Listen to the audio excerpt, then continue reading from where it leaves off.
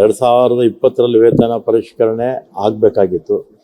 ಆಗ ಕರೋನಾ ಆಯಿತು, ಆಗಲಿಲ್ಲ. 21ರಲ್ಲಿ ಕರೋನಾ ಆಯಿತು, ಆಗಲಿಲ್ಲ. 22ರಲ್ಲಿ ಮಾಡ್ಬೋದಿತ್ತು. 23ರಲ್ಲಿ ಬೊಮ್ಮಾಯಿಯವರು ಮುಖ್ಯಮಂತ್ರಿಗಳಾಗಿದ್ದಾಗ 15% ವೇತನ ಪರಿಷ್ಕರಣೆ ಮಾಡಿ 17/3ರಲ್ಲಿ ತೀರ್ಮಾನ ತಗೊಂಡ್ರು. 1/4/23ರಿಂದ ಜಾರಿಗೆ ಬರುತ್ತೆ ಅಂತ ಅವ್ರು ಮಾಡಿಬಿಟ್ಟರು.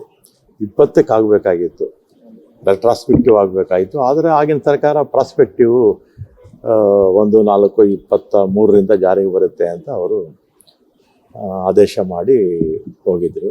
ಇವರಿಲ್ಲ 1/3/20ರಿಂದನೇ ಆಗಬೇಕು, 4 ವರ್ಷಕ್ಕೊಮ್ಮೆ ಆಗಬೇಕು ಅಂತ ಇವ್ರ ಬೇಡಿಕೆ. ಆಮೇಲೆ ಅನೇಕ ಬಾರಿ ಚರ್ಚೆ ಆಯಿತು ಮಾಡಿ, ಆಮೇಲೆ ಕೊನೆಗೆ ಆ ಕರೋನಾ ಸಂದರ್ಭದಲ್ಲಿ ಹಿಂದಿನ ಸರ್ಕಾರ ಸಾಕಷ್ಟು ಸಂಬಳ ಕೂಡ ಆಗ ದುಡ್ಡು ಇರ್ತಿರ್ಲಿಲ್ಲ. ಸಂಬಳಕ್ಕೆ, ಬಸ್ ತಗೊಳ್ಳೋದಕ್ಕೆ ಸಾಕಷ್ಟು ಅವಾಗ ಅವರು ಕೂಡ ಕೊಟ್ಟಿದ್ದರು, ಇಲ್ಲಾಂದರೆ ತಪ್ಪಾಗುತ್ತೆ. ಆಮೇಲೆ 26 ತಿಂಗಳು ಕೊಡ್ತೀವಿ, ಮತ್ತು ವೇತನ ಪರಿಷ್ಕರಣೆ 12% ಮಾಡ್ತೀವಿ ಅಂತ ನಮ್ಮ ಸರ್ಕಾರದ ನಿಲುವನ್ನು ನಾವು ಹೇಳಿದ್ದೀವಿ. ಅವ್ರು ಏನು ಮಾಡ್ತಾರೋ ಗೊತ್ತಿಲ್ಲ. ಅದು ಖಾಸಗಿ ಬಸ್ಸು ನಮ್ಮಲ್ಲಿ ಪರ್ಮಿಟ್ ತೊಗೊಂಡಿರ್ತಾರಲ್ಲ, ಅವ್ರು ಏರ್ಸೋಕ್ಕಾಗಲ್ಲ. ಅವರು ಜಿಲ್ಲಾಧಿಕಾರಿಗಳು ಮಟ್ಟದಲ್ಲಿ ಒಂದು ಕಮಿಟಿ ಇರುತ್ತೆ, ಜಿಲ್ಲಾಧಿಕಾರಿಗಳು, ನಮ್ಮ RTO ಅವರೆಲ್ಲ ಸೇರಿ ಒಂದು ಕಮಿಟಿ ಇರುತ್ತೆ. ಆ ತೀರ್ಮಾನ ಮಾಡಬೇಕು. ಜಿಲ್ಲಾ ಮಟ್ಟದಲ್ಲಿ ಜಿಲ್ಲಾಧಿಕಾರಿಗಳು ತೀರ್ಮಾನ ಮಾಡಬೇಕು. ಇದು ಹೈ ಎಂಡ್ ಬಸ್ಸಸ್ ಇರುತ್ತಲ್ಲ, ಆಲ್ ಇಂಡಿಯಾ ಪರ್ಮಿಟ್ ಬಸ್ಸಸ್ಸು, ಅವ್ರು ಮಾಡ್ಕೊಳ್ತಾರೆ. ಅವ್ರು ನಮಗೆ ಕಂಟ್ರೋಲ್ ಇಲ್ಲ. ಅದು ರಾಷ್ಟ್ರ ಮಟ್ಟದಲ್ಲಿ ಆಲ್ ಇಂಡಿಯಾ ಪರ್ಮಿಟ್ ತೊಗೊಂಡಿರ್ತಾರೆ, ನಮ್ಮ ವ್ಯಾಪ್ತಿಗೆ ಬರಲ್ಲ. ಅದು ಪೆಟ್ರೋಲ್ ಬೆಲೆ, ಡೀಸೆಲ್ ಬೆಲೆ ಜಾಸ್ತಿ ಆಯಿತು. ಗ್ಯಾಸ್ ಬೆಲೆ ಮೊನ್ನೆನೇ ಒಂದು ಕಮರ್ಷಿಯಲ್ನವ್ರಿಗೆ ಸುಮಾರು 10,000 ರೂಪಾಯಿ ಜಾಸ್ತಿ ಮಾಡಿದ್ರು. ಮತ್ತು ಹಿಂದೆ UPA ಸರ್ಕಾರ ಇದ್ದಾಗಲೂ ಕೂಡ ಆಗ ನಮ್ಗೆ ಎಲ್ಲಿಂದ ಪೆಟ್ರೋಲು ಡೀಸೆಲ್ ಬರ್ತಾ ಇತ್ತು ಅಲ್ಲೆಲ್ಲ ಅಲ್ಲಿ ಒಂದು ಬ್ಯಾರೆಲ್ಗೆ $130-140 ಇತ್ತು. ಆಮೇಲೆ 50-60 ರೂಪಾಯಿ ಬಂದುಬಿಡ್ತು. ಅಂಥ ಸಂದರ್ಭದಲ್ಲೂ ಕೂಡ ಮನಮೋಹನ್ ಸಿಂಗ್ ಅವ್ರ ಸರ್ಕಾರ ಸಬ್ಸಿಡಿ ಕೊಟ್ಟು ಕಡಿಮೆ ದರದಲ್ಲಿ ಕೊಡ್ತಾಯಿದ್ರು. ಆಮೇಲೆ ಮೋದಿಯವ್ರ ಸರ್ಕಾರ ಬಂದಮೇಲೆ ಸಬ್ಸಿಡಿ ಎಲ್ಲ ತೆಗೆದುಹಾಕ್ಬಿಟ್ರು. ಗ್ಯಾಸ್ ಮೇಲೂ ಸಬ್ಸಿಡಿ ಇಲ್ಲ, ಪೆಟ್ರೋಲ್ ಮೇಲೂ ಇಲ್ಲ, ಡೀಸೆಲ್ ಮೇಲೂ ಸಬ್ಸಿಡಿ ಇಲ್ಲ. ಮತ್ತು ಅಲ್ಲಿ ಕ್ರೂಡ್ ಆಯಿಲ್ ಬೆಲೆ ಇಳಿದ್ರೂ ಕೂಡ ಅದು ಗ್ರಾಹಕರಿಗೆ ಲಾಭ ಆಗ್ತಿಲ್ಲ, ಸರ್ಕಾರನೇ ತಗೊಳ್ತಾ ಇರೋದನ್ನು. ಈಗಲೂ ಕೂಡ ಕೇಂದ್ರ ಸರ್ಕಾರ ಸಬ್ಸಿಡಿ ಕೊಟ್ಟು ಜನಕ್ಕೆ ಪೆಟ್ರೋಲು, ಡೀಸೆಲ್ಲು, ಗ್ಯಾಸು ಇದೆಲ್ಲ ಕೂಡ ಕೊಡಬೇಕು. ಸಚಿವ ಸಂಪುಟ ವಿಸ್ತರಣೆ ಆಗ್ಬೋದು.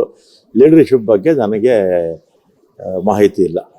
ಈಗ ಸಮಾವೇಶ 3 ವರ್ಷ ಆಯಿತು. ಎಲ್ಲ ಪಕ್ಷಗಳು ಕೂಡ ಚುನಾವಣೆ ಸಂದರ್ಭದಲ್ಲಿ ಆಶ್ವಾಸನೆಗಳನ್ನು ಕೊಡ್ತಾರೆ. ಅಂದರೆ ನಮ್ಮ BJP, ಕಾಂಗ್ರೆಸ್ಸು, JDS ಪ್ರಣಾಳಿಕೆ ಕೊಡ್ತೀವಿ. ಆ ಥರ ನಾವು ಪ್ರಣಾಳಿಕೆಯಲ್ಲಿರ್ತಕ್ಕಂಥ ಭಾಳ ಪ್ರಮುಖವಾಗಿ 5 ಗ್ಯಾರಂಟಿಗಳನ್ನು ಭಾಳ ಬೇಗನೆ ಅದನ್ನು ಜಾರಿ ಮಾಡಿದ್ವಿ. ಆಮೇಲೆ ಪ್ರಣಾಳಿಕೆಯಲ್ಲಿ ಇರ್ತಕ್ಕಂಥ ಕೆಲಸಗಳನ್ನು ಸಾಧ್ಯವಾದಷ್ಟು ಬೇಗ ಮಾಡೋಕ್ಕೆ ಪ್ರಯತ್ನ ಮಾಡ್ತಾಯಿದ್ದೀವಿ. ನಮ್ಮ ಸರ್ಕಾರ ಹಿಂದೆ 2013ರಿಂದ 18ರವರೆಗೂ ನಮ್ಮ ಪಕ್ಷ ಕೊಟ್ಟಿದ್ದಂಥ 165 ಭರವಸೆಗಳಲ್ಲಿ 158 ಈಡೇರಿಸಿದ್ವಿ ನಾವು 5 ವರ್ಷದಲ್ಲಿ. BJP ಅವರು 2018ರಲ್ಲಿ 600 ಆಶ್ವಾಸನೆ ಕೊಟ್ಟರು, 600 ಆಶ್ವಾಸನೆ ಕೊಟ್ಟರು. 19ರಲ್ಲಿ ಅಧಿಕಾರಕ್ಕೆ ಬಂದರು. ಅವ್ರು ಈಡೇರಿಸಿದ್ದು 600ರಲ್ಲಿ ಬರೀ 10%. ನಮ್ಮದು ಇನ್ನೂ 2 ವರ್ಷ ಇದೆ. ನಮ್ಮ ಚುನಾವಣೆ ಸಂದರ್ಭದಲ್ಲಿ ಏನು ಆಶ್ವಾಸನೆ ಕೊಟ್ಟಿದ್ವಿ ಅದನ್ನೆಲ್ಲ ಕೂಡ ಬಹುತೇಕ ನಾವು 99% ಭಾಗ ಈಡೇರಿಸ್ತೀವಿ. ನಾವು